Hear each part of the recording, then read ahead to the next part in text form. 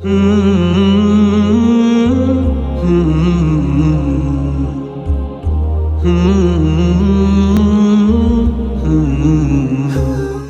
الله الرحمن الرحیم. د حریت درنو لیدونکو او اوریدونکو او د سهار پیغام خپرونې مینوالو، السلام علیکم ورحمت الله وبرکاتو.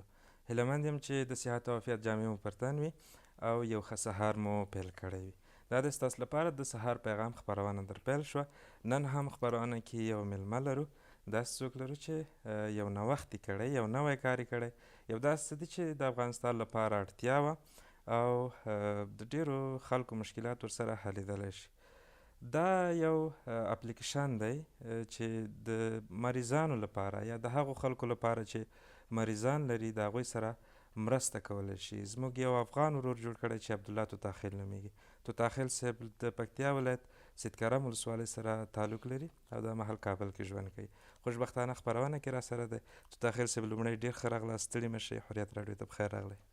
بریان صاحب، لومړی خو تاسو ته د تاسو تخنیکي همکارانو ته او د حریت راډیو ټولو لیدونکو او اوریدونکو ته سلامونه احترامات وړاندې کوم. نړۍ مننه، کور مو ودان، خوشحاله اوسئ. اباد اوسئ، بیا هم بخیر راغلی. دوستانو، مخکې له دې چې پوښتنو ته ورشم، ځای لري چې مننه وکړم د خپرونې ملاتړ کوونکي افغان ټیلیکام څخه. افغان ټیلیکام یو بشپړه مخابراتي شبکه په افغانستان کې چې په صوتي، بسیم او انټرنیټي برخه کې د هیوادوالو لپاره خپل خدمات وړاندې کوي. توتاخیل صاحب، پیل کله دې وکړو چې عبدالله توتاخیل څوک دی او لنډ معلومات کې ورکړئ. زده کړې مو څومره کړي دي؟ دوستان به خوشحاله شي. مننه بریان صاحب. ما ابتدایي زده کړې په پکتیا سیدکرم ولسوالۍ کې په کندرخیلو هغه وخت کې متوسطه وه، اوس خو لیسه ده، هلته مې کړي دي تر دویم ټولګي پورې. دغه نه وروسته راغلی یم کابل ته. کابل کې مې 12 ټولګی په حضرت ابراهیم خلیل لیسه کې پای ته رسولی، 12 ناحیه کې. دغه نه وروسته د لیسانس دوره مې په اقتصاد برخه کې د ننګرهار اسلامي پوهنتون نه سند ترلاسه کړی ده، د لیسانس سند. او ورسره د ماسټري دوره مې د هندوستان هیواد د جامعه ملیه اسلامیه پوهنتون چې په نیو ډیلي کې ده، ماسټري مې د هندوستان هیواد نه کړی. ډېر نو دا د زده کړو په برخه کې وه. نو کوشش به کوو چې حتی نور زده کړو ته هم ادامه ورکړو. دا به زموږ د زده کړو پای نه وي. ډېره ښه ده، الله هم بریالي لره. ما وړاندې یادونه وکړه د یو کاریال یا اپلیکیشن چې تاسو جوړ کړی دی، اسانه درملنه نومیږي. اسانه درملنه څه شی دی که لږ دوستانو ته تشریح کړئ؟ مننه. اسانه درملنه لکه څنګه چې بریان صاحب نوم یې اسانه درملنه ده، په دې برخه کې موږ غواړو ولس ته یوه اسانه لاره د درملنې لپاره رامنځته کړو. هڅه مو پیل کړې ده، کوشش مو کړې ده تر څو وکولی سو ولس ته روغتیایي چوپړتیاوې یا خدمات، دوی لاسرسی روغتیا پالانو ته، ډاکټر صاحبانو ته، د ترڅنګ لابراتوارونو ته او ورسره د فارمسي برخې ته یا د درملو ته اسانه لاسرسی ولري، په اسانه موقعیت پیدا کړی سي، متخصص پیدا کړی سي او ورته نوبت ونیول سي. یعنې دغه هغه څه دي چې موږ غواړو په عموما کې په هیواد کې ولس ته، خلکو ته لکه د نورې نړۍ هیوادونو په څیر باندې درملنه اسانه کړو. ډېر ښه. څنګه دا فکر در سره پیدا شو چې اسانه درملنه باید افغانستان کې موږ ولرو د انټرنیټ له لارې تر څو د ډېرو هیوادوالو هغه ستونزه هواره کړی شي؟ مننه بریان صاحب، ډېر ښه پوښتنه ده. کله چې زه په هندوستان کې وم، په لیلیه کې هلته ما زده کړې کولې، ما ته یو اس ام اس راغی که ته نن غواړې باډي چیک اپ وکړې. ټول باډي چیک اپ 2.5 هندي کلدار یې ما تایید کړ. موټر سکیل سره د موظف ډاکټر راغی، زما نه سمپل واخیسته، بیرته یې ما ته سبا ورځ نتیجه شریکه کړله. نو دا ما ته فکر رامنځته شو چې زه کله هیواد ته لاړ شم، زه هم باید په دا رقم یو څه کار وکړم تر څو ولس ته په دې برخه کې خدمات ترسره سي. بله موضوع دا وه، زه د دفتر نه لاړم، ماشومه لور مې لږ مریضه وه، یو ډاکټر ته ورغلم. نو د 4 نه زه منتظر وم تر 7 بجو پورې تر څو ماته نوبت ورسیږي. نو داسې څه نه و چې زه په انلاین ډول ډاکټر په اړه معلومات ترلاسه کړم، نوبت ونیسم ور له مخې. یعنې په 3 ساعتو کې ما ډېر څه کولی شول. نو د وخت د سپما په خاطر، ولس ته د خدماتو وړاندې کېدو په خاطر، نو د دې لپاره چې زه هلته تکلیف شوم او هغه نظر چې ما سره فکر مفکوره ما سره وه، نو دې ته زه اړ ایستلم تر څو ولس ته یو اپلیکیشن رامنځته کړم چې هغه پایله دا شوه چې موږ وکولی سو یو اسانه درملنې په نامه اپلیکیشن هیوادوالو ته رامنځته کړو. ډېر ښه. تاسو یاده کړه په یو بهر هیواد کې تاسو دې ته وهڅېده یا مو دا الهام واخیسته چې هیواد کې خپله دغسې یو نوښت وکړئ، ذهن کې به مو یو بیله طرحه درلوده یا به مو ډېر یو څه داسې ذهن کې و چې تاسې ترسره کړئ، بیا په هماغه ډول ستاسې فکر تطبیق شو د اپلیکیشن سره که نه لا هم څه پاتې دي؟ مننه. په دې برخه کې واقعا هم ذهني طرحه او د تطبیق برخه هیڅ کله سره ورتوالی یعنی مشابه کیدی نشي. حتما به ته د ډیرو ستونزو سره مخ کیږي، ډیرو فکرونو سره به مخ کیږي. کله چې موږ دا برخه تطبیقوله غوښتل مو یو اپلیکیشن جوړ کړو، مخکې له دې نه چې موږ اپلیکیشن جوړولو ته راسو نو موږ د روغتیا برخې متخصصینو سره د هیواد په بېلابېلو سیمو نه نظریات راټول کړل، په آنلاین ډول مو پوښتنلیکونه دوی نه ورسره شریک کړل، دوی نظریات موږ سره شریک کړل. نه یوازې دې په دې هم موږ بسنه ونه کړله، موږ لاړو عام ولس ته تقریبا موږ په ټول افغانستان کې د نمونې په شکل 250-300-500 کسانو نه موږ نمونې سیمپل راټول کړل، د دوی نظریات مو راټول کړل چې په ټول افغانستان کې سروې کول لږ سخته وه. نو دغه په اساس موږ په اپلیکیشن کې څه رقم چې موږ فکر درلوده، دغه نه هم موږ ډېر څه زیات پکې رامنځته کړل، پکې ځای په ځای مو کړل، ځکه دا د روغتیا پالانو یا د ډاکټر صاحبانو غوښتنه وه، د روغتیا د صحت برخې غوښتنه وه، او ورسره هغه څوک چې په بېلابېلو سیمو نه د هیواد په بېلابېلو سیمو کې د مشکلاتو سره مخ شوي وو، د هغوی نظریات مو هم پکې ځای په ځای کړل. نو موږ وکولی سول یو ډېر منظم، یو ښه طرحه، داسې طرحه چې راتلونکي کې پلي کېدل اسانه وي، خلکو ته یې کارول اسانه وي، او په روغتیا برخه کې هغه کومې ستونزې چې فعلا ولسونه ورسره مخ دي دا ستونزې حل کړی سو. ډېر ښه. ډېری دوستانو ممکن دغه اسان اپلیکیشن لیدلی وي یا انسټال کړی وي یا په ټولنیزو رسنیو له دې څخه خبر شوي وي، خو ډېری هیوادوال به وي چې هغوی به معلومات نه لري. نو که یې لږ دوستانو ته زموږ په دې سکرین باندې تشریح کړئ، دا به زه فکر کوم لا ښه شي. مننه بریان صاحب. زموږ اپلیکیشن په اپ سټور کې هم شته، که هیوادوال غواړي د اپ سټور نه زموږ اپلیکیشن ډاونلوډ کړي، کولی شي ایزي ټریټمنټ ورته ولیکي. زموږ د اپلیکیشن د کورې په شکل باندې د معاینې یا د هغه چک کول د فشار آله او ورسره تلیفون، یعنی دغه زموږ هدف ده چې په ټول هیواد کې په تلیفون له طریقه یا د آنلاین طریقه د صحي خدماتو لاسرسی، دغه د موږ د لوګو نمونه او معنا دا ده چې په پلی سټور کې هم شته، په اپ سټور کې هم شته. خوشبختانه موږ ویب سایټ هم لرو، په ویب کې هم شته. په ویب کې په متفاوت هغه باندې دغلته به health.af وهي، کله چې health.af وهي دوی ته درې اپشن راځي. لومړی د پیشنټ برخه ده، په دې کې ټول هغه هیوادوال چې غواړي اکاونټ جوړ کړي د تلیفون شمیرې په اساس کولی شي په دې کې اکاونټ جوړ کړي، پیشنټ یعنی مریض برخه انتخاب کړي. څوک چې روغتیا پالان یا ډاکټر صاحبان دي او شخصي کتنځایونه یا معاینه خانې لري، هغه کولی شي د ډاکټر په برخه کې ځان ته اکاونټ جوړ کړي. او هغه څوک چې خدمات وړاندې کوي، پرووایډر دي، لکه روغتونونه، درملتونونه، د ترڅنګ معاینه خانې، نو هدف مې دا ده چې د لابراتوارونه دي، شفاخانې دي، دوی کولی شي پرووایډر برخه کې دوی خدمات وړاندې کوونکي دي، دوی خپله اکاونټ حساب جوړ کړي. بله خوشبختي دا ده چې موږ اپلیکیشن هیوادوالو ته کوم تنظیم کړی ده په دریو ژبو ده، پښتو، دري، انګلیسي. یعنی دا نه ده چې حتما د څوک په انګلیش باندې پوه وي دا تر استفاده وکړي، یعنی څوک په پښتو ژبه هم پوه شي، په دري ژبه هم پوه شي، د نه په ډېره اسانه باندې استفاده کولی شي او په اسانه باندې ترې کار اخیستلی شي. موږ راځو دلته د ډاکټر پیدا کېدو په برخه کې، یعنی که څوک غواړي د دې اپلیکیشن نه استفاده وکړي، دلته موږ کله چې پیشنټ برخه ته د مریض برخه ته ورسو، دلته څلور مختلف اپشنونه یا انتخابونه ورته راځي. لومړی د ډاکټر ده، که څوک غواړي ډاکټر پیدا کړي، ډاکټر کولی شي د تخصص په اساس، د نوم په اساس، د فاصلې په اساس باندې پیدا کړي، په ډېر ښه شکل باندې د ولایت په اساس، د ولسوالۍ په اساس پیدا کړي. کله چې ډاکټر پیدا کړ، ډاکټر ته مستقیما دا به راځي، نو د ډاکټر په برخه کې به ډاکټر پروفایل دی ګوري چې ډاکټر کومه برخه کې تخصص کړی، کوم خدمات وړاندې کوي مریضانو ته، ولس ته څومره کاري تجربه لري، د کوم پوهنتون فارغ ده، کومه برخه کې تخصص کړی ده، ټول معلومات، او ورسره مستقیما کولی شي دې دپاره اپاینټمنټ یا نوبت ونیسي. هر ډاکټر صاحب نوبت به اعلان کړی وي، مثلا دلته تاریخونه ورځې دي چې په کومه ورځ باندې دوشنبې، سه شنبې، چهارشنبې، پنجشنبې په کومه ورځ ته نوبت نیسي. نو کله چې ورځ انتخاب کړله بیا هلته وخت انتخابېږي. ښه د پنجشنبې په ورځ مثلا څو بجې ته نوبت نیسي؟ 2 بجې، 3 بجې، 4 بجې، بیا هغه دقیقې څو دقیقو نه تر څو دقیقو پورې نوبت نیسي. دا نوبت نیول کېږي. بیا مستقیما ډاکټر صاحب چې کله نوبت یې ونیو، مستقیما دلته یو ټوکن یا ورته یو سلیپ راځي چې هلته لیکل کېږي ستا ډاکټر صاحب ته نوبت ونیو، په دومره بجو دې ونیو، دومره یې فیس ده. نو د تایید دپاره مستقیما چې ته تایید ووایې بیا هلته تا ته 2 ګزینې راځي.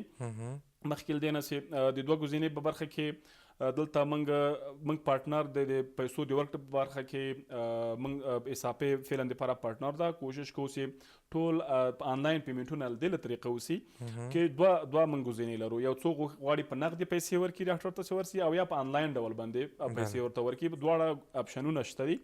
کله چې په کله کې مستقیما ډاکټر ته مسج ورځي چې مثلا احمد په چهارشنبې پنجشنبې په ورځ 3 بجې تا ته په دومره ساعته نوبت ونیو، که هغه موجود و هغه یې تاییدوي. بیرته مریض ته نوټیفیکیشن مسج راځي چې او د تا نوبت تایید شو، ته کولی سي په همدې وخت ډاکټر ته ورسي. نو مشکل نشته په دې برخه کې.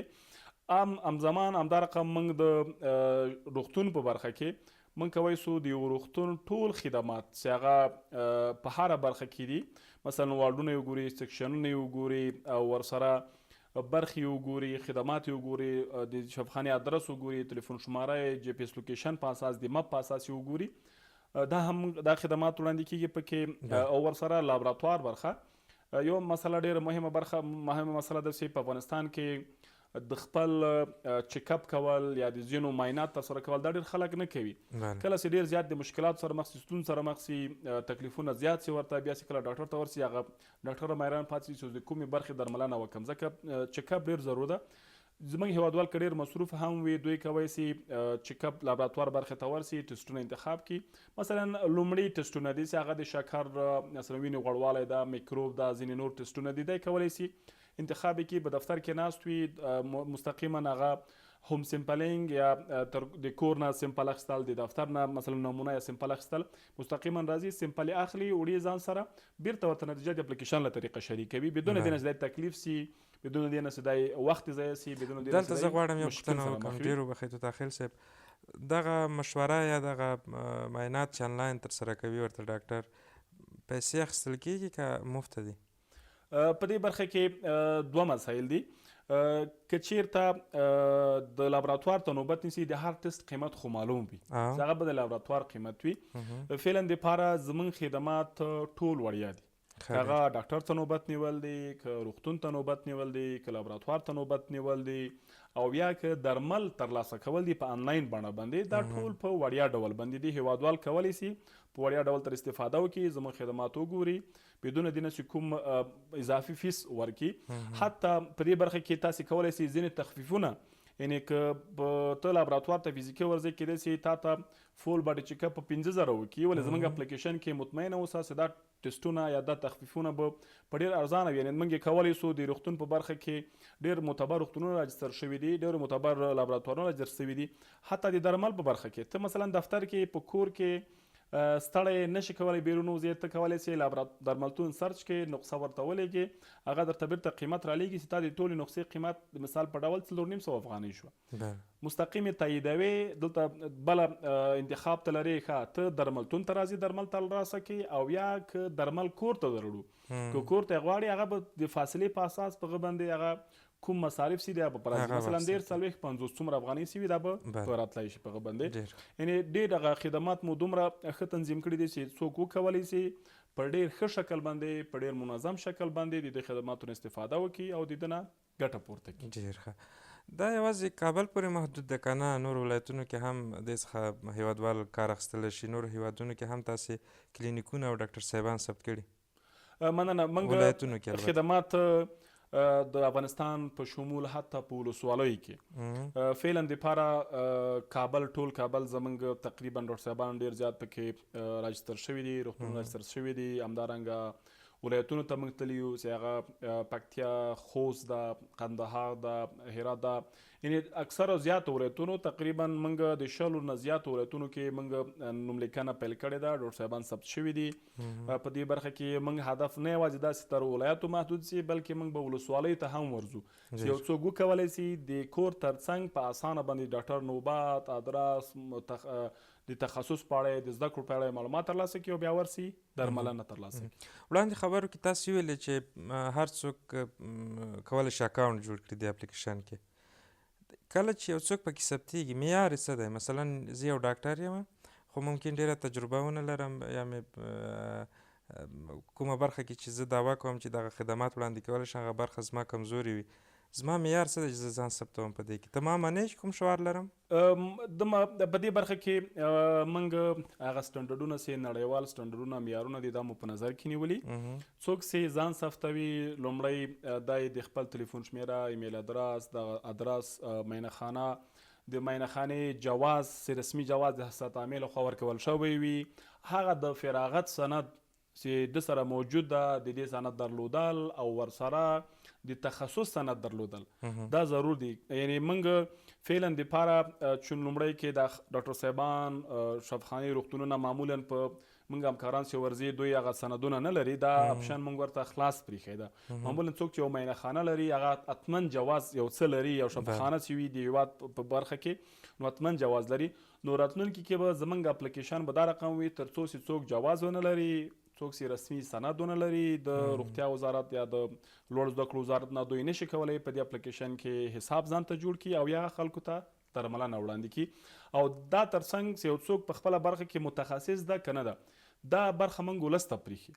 زه ورځم یو ډاکټر ته، یا بریان صاحب تاسې ورځئ یو ډاکټر ته، د تاسو معایناتو درملنه هر څه ترسره کوي، تاسې بیرته ده ته خپله نظر یا ریټینګ ورته وایي یا سټار ورته وایي، شریکوي همدې اپلیکیشن کې چې د برخورد څنګه و، درملنه یې څنګه وه، معاینخانه یې څنګه وه، راتلونکي کې د درملو د معاینخانې د معایناتو نتیجه یې څنګه وه، تاسې مستقیما د ته سټار ورکولی سئ. د هغه په اساس یا د ریټینګ په اساس باندې راتلونکي کې خلک په هغه باندې اعتماد کولی سي چون تاسې درملنه نظر ورکړی ده.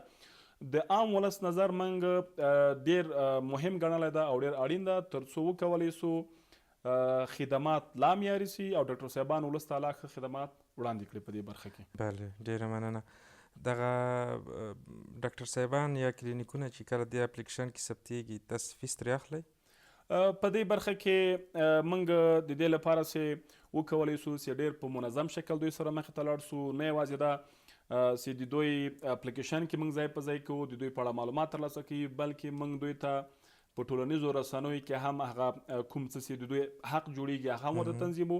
زموږ فیس دومره انشاءالله زیات نه ده. مثلا یو ډاکټر نه موږ 200 افغانۍ فیس اخلو د ټول عمر دپاره، د یو ځل دپاره، یعنې دا د ټول عمر دپاره ده. بیا ځلې دنه فیس موږ نه اخلو، یعنې دا یوازې یو ځل دپاره داخله ده. بیا په دې کې هم موږ دوی ته یو پوسټر جوړو، پوسټر ورته وایي چې دا په ټولنیزو رسنیو کې موږ دوی ته پوسټ کوو هم، تر څو موږ داسې پوسټ ورته جوړو چې مثلا ډاکټر صاحب احمد د دې برخې متخصص ده، د ادرس ده، د تلیفون شمیره ده او د اسانه درملنه یا ایزی ټریټمنټ یا درمانې اسانه اپلیکیشن کې تاسې کولی سئ دې ته نوبت ونیسئ او د معلومات ترلاسه کړئ. دغه پوسټر هم ورته جوړو او د ترڅنګ که نور مو مسایلو کې هم ورسره موږ مرسته همکاري کوو تر څو هېوادوالو ته لاسرسی اسانه سي. ډېر ښه.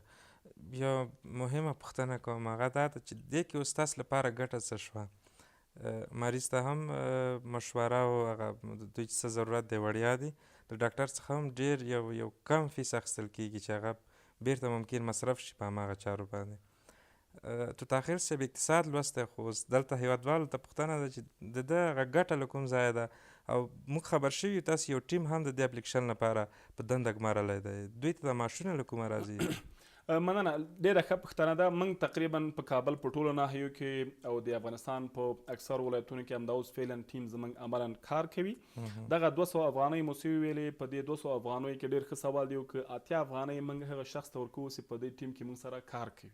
ښه، ډېر 100 افغانۍ باندې یو پوسټر ورته جوړو، دغه 10 افغانۍ موږ د فالو اپ ټیم لرو چې هغه ورته بیرته زنګ وهي که معلومات نیمګړي مساله یې دا تنظیموي او 10 افغانۍ د معلوماتو د ترلاسه کولو چې پوسټر ورته جوړ کړو. یعنې په دې کې موږ ته یو افغانۍ هم نه راځي. ښه ګټه څه شوه په دې کې؟ په دې کې فعلا دپاره زموږ دپاره کوم هغه نشته، ولې یو زه معمولا دې نړۍ ته چې څوک راغلي وي یا په دې هیواد کې یا هر څوک چې سهار له کوره راوځي د یو مقصد د یو څه دپاره راوځي. زه کله کله ملګرو ته وایم دا میږی هم چې د خپل کوره راوځي د دې لپاره چې یو څه له ځان سره واخلي او ځان سره یې ویسي. نو زموږ هم هدف د دې لپاره و دکې زموږ هدف موخه دا ده چې راتلونکي کې به د هر اپاینټمنټ په سر چې د دې اپلیکیشن له طریقه نیول کېږي موږ به 10 افغانۍ د ډاکټر صاحب نه یا د روغتون نه اخلو. هغه نورو مسایلو فیس سره کار نه لرو، یعنې 10 افغانۍ ډېرې کمې پیسې دي، خو دې دپاره موږ فعلا فیس معاف کړی ده چې پرېږدی یو هېوادوال ولس او خلک په دې باندې پوه شي د اپلیکیشن څنګه ده، سیستم څنګه ده، څنګه کارول کېږي. موږ کولی شو سر له اوسه هم فیس تنظیم کړی وی، خو چون دا په افغانستان کې ټکنالوژۍ یا نوی تغییر نوی بدلون چون دا لومړی داسې شاید داسې هېوادوال ورسره مخ کېږي. د دې لپاره چې موږ وکولی سو په کم وخت کې هدف ته ورسېږو، هېوادوال ورسره عادت کړو، هېوادوال ورسره په دې برخه کې خدماتو لاسرسی ولري. نو بیا زمونږ خدمات به 2026 کال نیمایي یا 2026 کال پیل کې به زمونږ 10 افغانۍ پر اپاینټمنټ یا پر نوبت باندې چارجیږي. نورو هیوادونو ځینو هیوادونو ته که وګورو پرمختللي هیوادونه چې دي هغوی کې اکثریت دغه کار او چارې چې دي همدغسې انلاین روانه دي. که چېرې یوه ټکسي غواړي انلاین له لارې کولی شي دوی کور مخې ته یو ټکسي راشي. که چېرې یو ډاکټر غواړي کولی شي انلاین نوبت ونیسي، لکه تاسو چې دغه اپلیکیشن جوړ کړی. څومره اړتیا ده زموږ په هیواد کې او څومره زمینه سازي د دې لپاره شته، څومره فرصت شته؟ په افغانستان کې څومره برخو کې چې فرصتونه وښیو، واقعا هم کاري فرصتونه شته که څوک غواړي کار وکړي.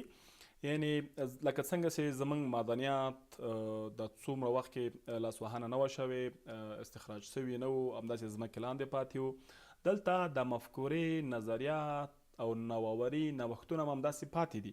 یعنې که څوک وغواړي ډېره په اسانه باندې چون دا داسې یو شی ده په نورو هیوادونو کې عملا د استفادې وړ دي. زه مثلا په 2015 کال کې هلته محصل وم په هندوستان کې، دا خدمات په 2012 کال کې هلته و، یعنې اوس 2015 کال ده. په نورو هیوادونو کې 15 کاله پخوا ته تطبیق شوي دي. یعنې موږ کولی سو ډیر نظریات، ډېرې مفکورې، ډېر خدمات په ډېر اسانه باندې په هیواد کې تطبیق کړو او هیواد ته یې راوړو او هیوادوال ترې مستفید او ګټه پورته کړي دي خدماتونه. نو ډېره زیاته مننه تاخیر صاحب چې زموږ بلنه مو منله، خپرونې ته راغلی. وروستۍ کیسه لرئ له موږ پاتې شوي تاسې ځایول غواړئ خپرونه کې مهرباني؟ مننه. زه یوازې دا غواړم چې راتلونکي کې موږ دغه اپلیکیشن چې کوم فعلا موږ لرو دې باندې موږ به بسنه نه کوو، په دې کې به خدمات لا زیاتیږي. یو خدمات به دا وي چې زموږ به بلډ ګروپ، بلډ بینک، دا د وینې بانک، دا به داسې وي که یو څوک یو روغتون کې وي، وینه ورته پکار سي، دا به مستقیما ورځي هلته به موقعیت وي چې ماته یو کیلومتر یا 500 مترو کې څوک سي او پازیټیو وینه لري یا نیګیټیو وینه لري، منفي وینه لري، زه وینه مې پکار ده، دا به ټول کسان ورته راځي. دوی به ورته مستقیما زنګ کولی شي زما وینه پکار ده، په دې شفاخانه کې ته ما سره نږدې وینه راکوي که نه راکوي. دغه سهولت به رامنځته کېږي. زموږ به د امبولانس خدمات وي چې یو څوک امبولانس ته اړتیا ولري په کور کې، دا مسله به یا څوک مثلا په کور کې مریض ولري او غواړي په کور کې درملنه یې وسي، ایمرجنسي خدمات یا عاجل خدمات یا بیړني خدمات دا به پکې تنظیم وي. زموږ اپلیکیشن به حتی د دې وړتیا ولري، مثلا ته دوا اخلي، معمولا په افغانستان کې زموږ مریضان یا زموږ هغه هیوادوال دوا تر اخره پورې نه خوري، دوا ترې پاتې کېږي. د اپلیکیشن کې به دوی خپله ځان ته هغه د دوا وختونه د خوړلو وختونه تنظیموي، خپله به اپلیکیشن ورته زنګ وهي تا د دوا د خوړلو وخت را رسېدلی، ته د خپله دوا وخوره. په دې برخه کې به موږ ورته دا خدمات تنظیمو. حتی د هیواد نه بهر کوم هیوادوال چې دي، مثلا دوی په کورنیو کې ډېر زموږ هیوادوال د هیواد نه بهر دي، مسافر دي، دوی کولی شي دا اپلیکیشن ځان سره ولري، په هیواد داخل کې بهترین ډاکټر خپله کورنۍ ته، خپل اولاد ته، خپل ورور ته، خپل زوی ته پیدا کړي، نوبت ورته ونیسي او دوی ته عزت ورسه. او یا مثلا یوه نقصه وه کورنۍ کې چا نه سوه کولی، دی مستقیما دواخانې ته ولیږي، هغه دوا واخلي، هغه پیمنټ هم په آنلاین ډول ورته وکړي او مستقیما هغه د انتقال پروسه هم ورته په نظر کې ونیسي تر څو تر کوره ورته انتقال کړي. زموږ دغه هغه ټول خدمات دي چې موږ به په راتلونکي کې تنظیمو، خو دا به انشاءالله په تدریجي ډول سره په استا استا موږ به انشاءالله مخې ته ځو. خو بیا هم د روغتیا برخې ټولو ملګرو همکارانو مننه کوم، واقعا هم زموږ په دې برخه کې موږ سره ډېره همکاري کړې، مرسته کړې ده او واقعا ډېر ښه راغلاست وایي چې ورسو ورته. نو د تاسو نه هم مننه چې زموږ دغه پیغام، زموږ دغه مسؤلیت دا کار تر هیوادواله رسوئ. بل مې په ځوانانو دا غږ داسې ځوانانو تاسې دې ته مه منتظر کیږئ چې د هیواد نه بهر خارجیان راسي موږ ته په بېلابېلو برخو کې اپلیکیشنونه جوړ کړي. تا مخکې یادونه وکړله په نورو هیوادونو کې ډېر زیات اپلیکیشنونه جوړ سوي دي، ډېر زیات سهولتونه دي، ډېر زیاتې اسانتیاوې دي. یعنې ځوانانو راسئ په دې برخه کې کار وکړئ، په دې برخه کې ولس ته سهولت رامنځته کړئ، مو منتظر کیږئ تر څو او دې په خاطر باندې تاسې د هیواد نه بهر لاړ شئ، پیسې وګټئ، مه مهاجر کیږئ. په داخل د هیواد کې فرصتونه شته، په هیواد په داخل کې کارونه شته ده، د هیواد په داخل کې کولی شئ تاسې هر څه په ښه شکل مدیریت کړئ، داخل د هیواد کې پاتې شئ، هیوادوالو ته خدمت وکړئ، همدلته ژوند وکړئ او دوی سره له نږدې همکار اوسئ. ډېره زیاته مننه. کور ودان د تاسو نه مننه، تخنیکي همکارانو د ټولو لیدونکو نه او لیدونکو نه مننه چې تر دې دمه زموږ سره د خبرې واورېد او موږ سره پاتې یو. کور مو ودان، خوشحاله اوسئ. دوستانو له تاسې هم ډېره زیاته مننه چې تر دې مهاله زموږ لیدونکي وئ. دا وه د دې اونۍ د سهار پیغام خپرونه چې له ښاغلي عبدالله توتاخیل صاحب څخه درلودله. د اسانه درملنې په نوم اپلیکیشن جوړ کړی، په دې ورسره غږېدو. نو کور ودان چې تر دې مهاله راسره وئ. په پای کې بیا هم ځای لري چې مننه وکړو د خپرونې له ملاتړ کوونکي افغان ټیلیکام څخه. افغان ټیلیکام یوه بشپړه مخبراتي شبکه ده په افغانستان کې چې په صوتي، بیسیم او انټرنیټي خدمات د دوستانو لپاره یا د هیوادوالو لپاره وړاندې کوي. تر بیا بلې اونۍ ښې چارې، ښه وختونه. الله مو مل شه.